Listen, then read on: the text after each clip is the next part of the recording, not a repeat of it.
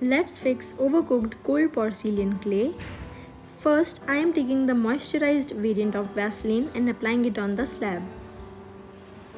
Then I am adding Fevicol to the overcooked clay. After kneading for around 15 to 20 minutes, you will notice that your clay will become silky, smooth and moisturized. My clay was very hard and the amount of Fevicol you need also depend on the consistency of your clay.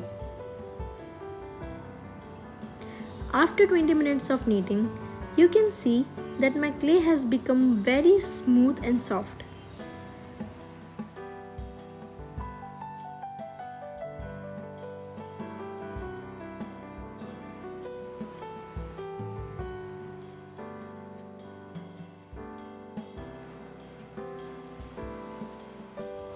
After keeping it for 24 hours, let's see the consistency of clay.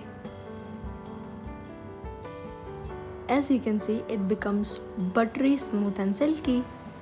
Thanks for watching. Don't forget to subscribe.